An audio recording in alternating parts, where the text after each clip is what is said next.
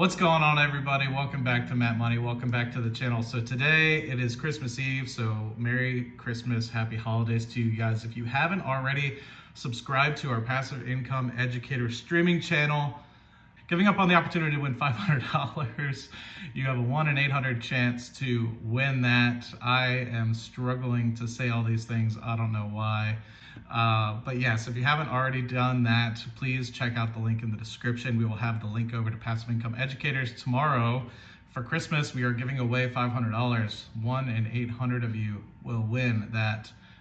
Maybe it could be up to 1 in 1,000 if people end up subscribing, but hey, it is what it is. But hope everyone is doing great. Today we're going to be talking about the 2021 companies that I am long. I think there's going to be like 5 or 6 of them. What I'll probably do is just talk about them briefly, and then on the screen I'll probably pop up my current positions. So this is going to be a combination of shares. It's going to be a combination of potential options contracts as well. I am now doing options for both income as well as long-term positions, as you'll kind of see. But first and foremost, I want to talk about ARCG, which is an ARC fund. A lot of you guys have probably heard of ARCK or the Innovation Fund or a bunch of different ARC funds. I'm focusing on ARCG. It's a genomic fund here that's talking specifically about really small sort of biotech companies that are really trying to figure out how to manipulate DNA and RNA strands for diseases and viruses, kind of like what we're experiencing right now in the pandemic. And so I think that that's something that has had a lot of good success. And what I will say is I know very little about biotechnology companies. I know very little about genome and DNA modification and all that stuff. Kyle from Passive Income Investor does a really good job explaining this on one of his latest videos. So I will go and send you to him. What I will say, I've sold multiple short puts at the money for December 2021, so about 12 months out here. And what I did is I went around and turned around and bought long calls at about the money as well. And one of them was a 125 call, one of them was a 105 call as well. So you'll be seeing those on the screen. So I think that 105 call actually might be for January, but anyway, what I will say is I think that it's a good opportunity to invest in something. So basically what I did is I took the cash from those short puts out for 12 months and generated a decent amount of income from that and used that income to buy the long call. So I effectively own those shares for free. It's a double bullish strategy. I don't necessarily recommend it for everybody, but I figured, hey, what's the worst that happens? I end up investing in something that could have a good upside potential in the future, and it was fine for me. What I will say also is that I would couple this with MindMed as well. So I do have a long position in MindMed. I have been thinking about adding to that position if it continues to go down.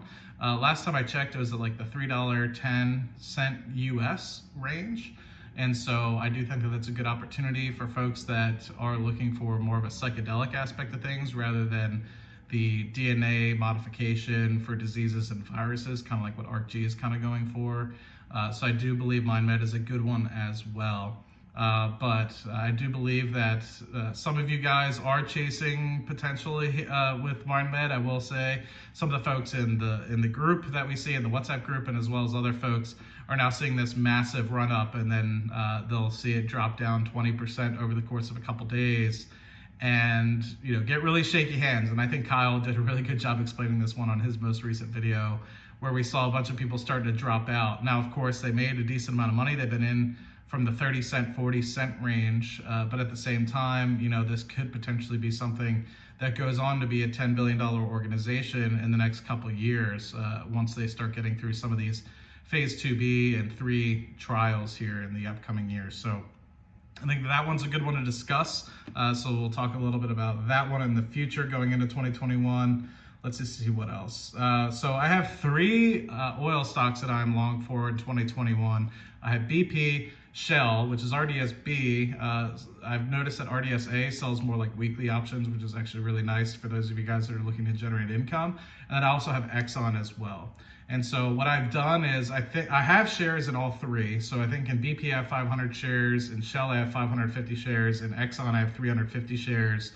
So I have the actual shares themselves, but what I also have for these companies is I've basically sold short puts as well for out in time, so 2022, 2023 time frame. And then what I've done is taken some of that money and bought long calls to be able to control those shares for basically a fraction of the price. And it's a double bullish strategy. Once again, I don't see much downside risk associated with these companies. I think that there's a kind of a floor here on oil prices as things kind of get back to normal, with things kind of coming to the end. Vaccines are starting to come out for the pandemic.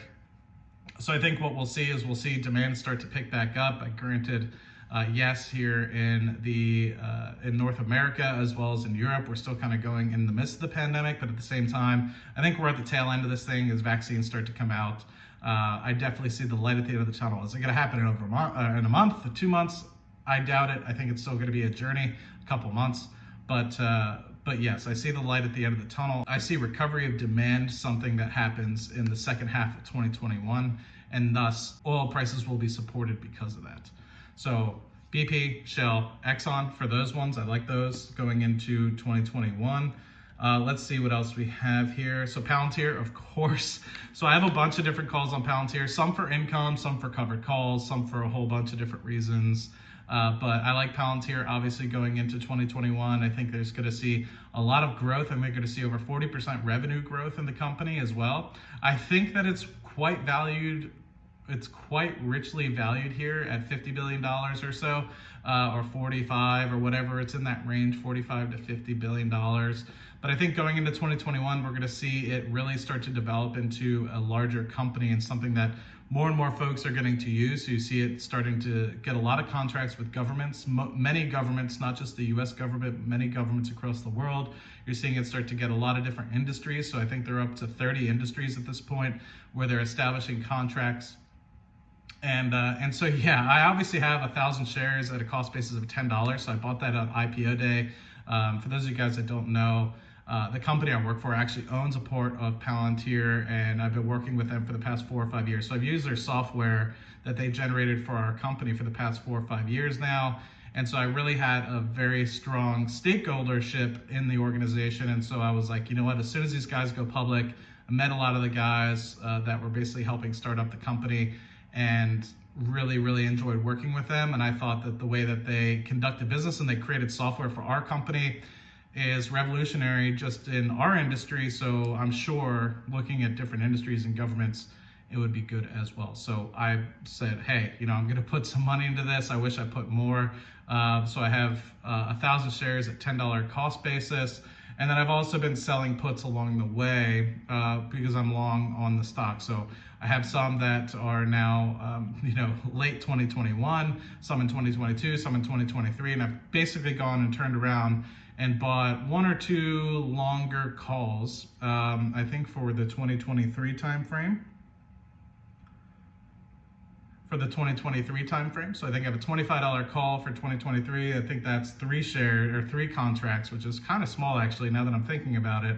I wish I had more, but at the end of the day, I think what I'm gonna do is I'm just gonna continue to sell short puts, and if it ends up basically being realized that I need to get assigned those shares, I might actually just let them be assigned. I don't mind being assigned these shares below $20 cost basis. I think it's a great company below 20. I'd be picking up shares if you don't have any below 25. And now, of course, that's for a 5 to 10 year hold, of course.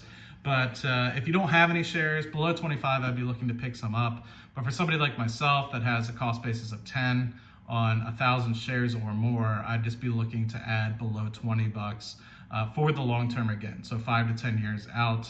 But of course, if it dips down, I'm sure you can make some decent money doing some swing trading on this. I know I have on the options side of things. I've probably made way more in terms of options than I actually own in the actual stock themselves. So I basically, I'm sure I own these shares for free at this point.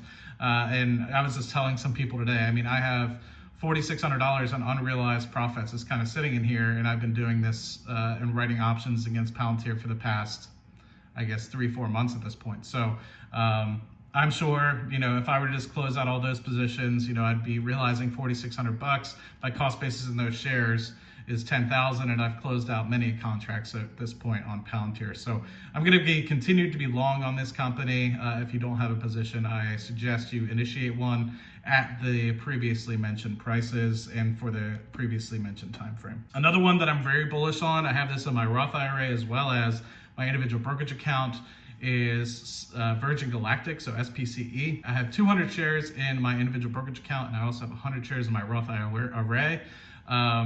And so I don't have the best cost basis in my individual brokerage account. I bought those at $27 or so. After the recent crash, it did dip down to 23. And what I did, instead of buying shares, I sold short puts on that at different varying time horizons.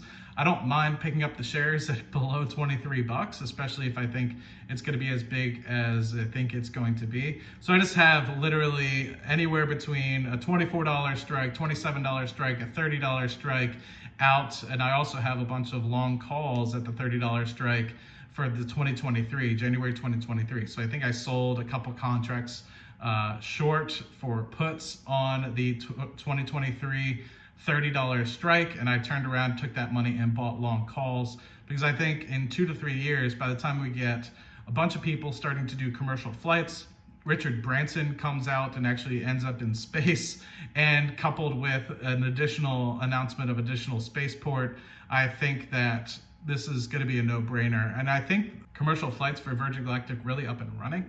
And so I think that is going to be another 6-month or so process. Richard Branson will go up in 6 months, but I think the announcement of an additional spaceport and really starting to see the commercialization is really going to be within the next 2 to 3 to 4 to 5 years, so 2 to 5-ish range of years. And so unfortunately, if there was like contracts out for 2025 or 2030, I wish I had the opportunity to buy those contracts, but I don't. And so I think like 2023 is when we're really going to start to see this thing kind of kick into gear. And unfortunately, it's like, I wish they had a 2024 contract at a minimum. I would be buying that up because I'm very bullish on this company. I think they have a great wedge in between what SpaceX is doing and what the normal airline industry is doing. And if they can kind of fill that wedge, I think it's a great opportunity. If you guys haven't heard me talk about Virgin Galactic yet, I talk about it pretty frequently in the WhatsApp group all the time. Basically just like talking about this wedge that they're going to be able to fill. And people are like, oh, well, why wouldn't people just, take normal airplanes and yada, yada. It's like, no, it's not aimed towards basically in US sort of flights. Yes, if you're trying to do the space tourism thing, maybe, but what I'm thinking is for Virgin is going from, let's say, the US to India, the US to China, where it takes 24 to 48 hours, depending on if you have layovers or if you have a really good opportunity to take direct flights, and shortening that down to a 5-hour trip, being able to go to a spaceport and in an hour and a half, 2 hours, be able to get onto the spaceship and basically go to Asia in a matter of 3 hours, rather than having to wait an entire day. Yes, you're gonna have to couple that with a higher ticket price, but at the end of the day, some businesses would be able to gladly be able to do that if they'd be able to execute deals. Imagine being able to go from here to China in the matter of a day to be able to execute a deal face to face, rather than having to wait 24 to 48 hours when that deal could be time critical, if that makes any sense. So the opportunity to be able to do that will be huge, and I think that the $250,000 ticket price will eventually come down to more normal. Just remember how airplanes were when they first came out. Nobody except the super wealthy used to travel on airplanes. Now we have everybody traveling on airplanes. It's honestly good to be the same sort of technology and same sort of acceptance rate, if that sort of makes any sense. So let's just check if there's any other ones. I think this one is another one that I haven't mentioned before on the channel. So it's actually Wish Company.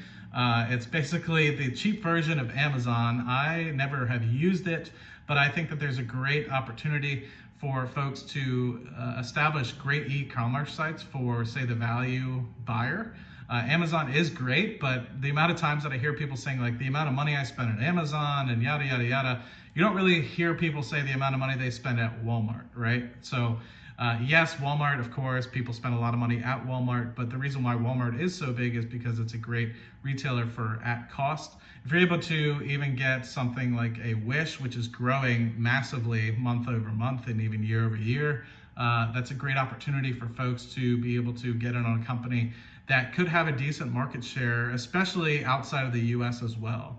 There are some conflicts with this one though in the future, is that it does have a large Chinese supply chain. So I think a lot of folks don't like that. It is slower, so they're not getting to your door within 1 to 2 days like you would at an Amazon. But at the same time, people are able to pick up the same product or a slightly inferior product for a fraction of the cost. And so I think some folks don't mind waiting an additional couple weeks for something that's going to be much cheaper, especially if it's non-time critical. I think they'd be fine.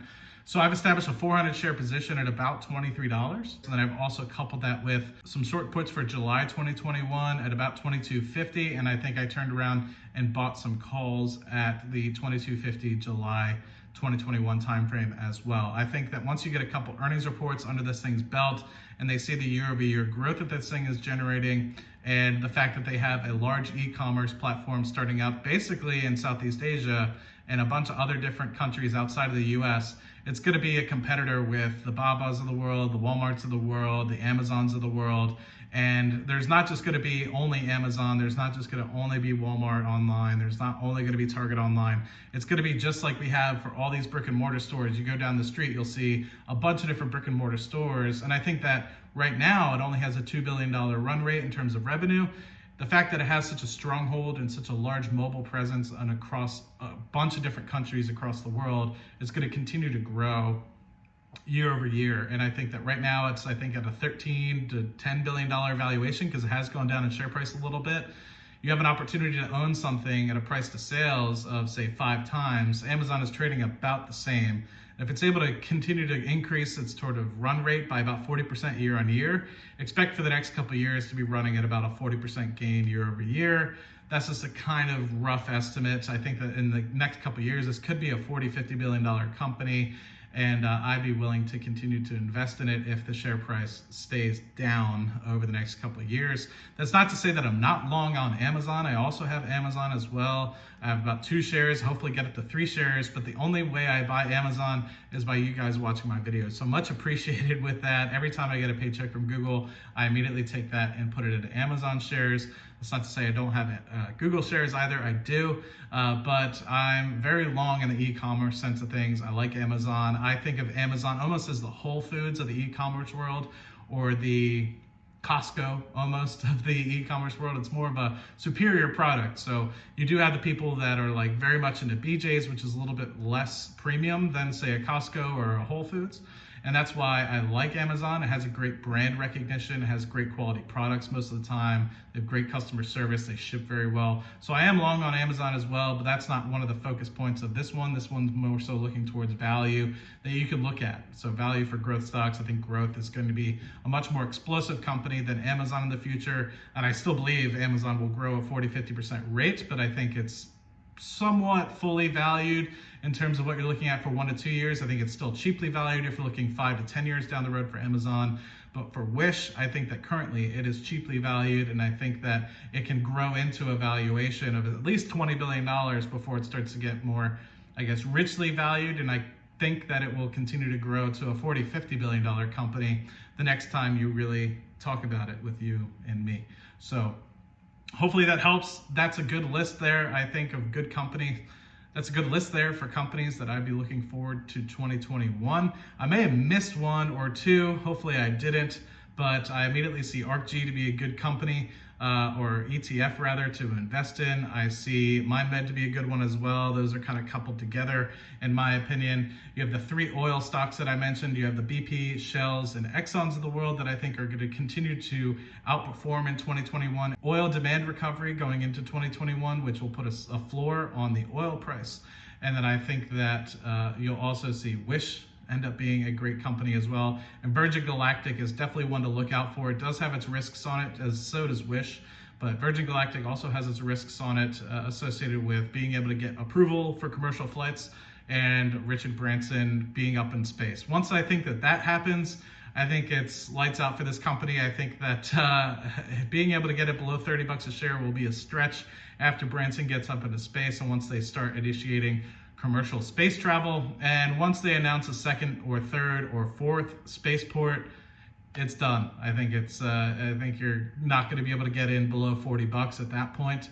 And I think that we're a couple of years away from that, 1 or 2 years away from the second announcement of a secondary spaceport. But once commercial space travel happens, man, it's definitely going to put a floor on the share price for Virgin Galactic. So hope that one helps, and I'll talk to you guys on the next video. Let me know what you think for companies in 2021 that you will be long on, and I'll see you guys in the next video. Cheers.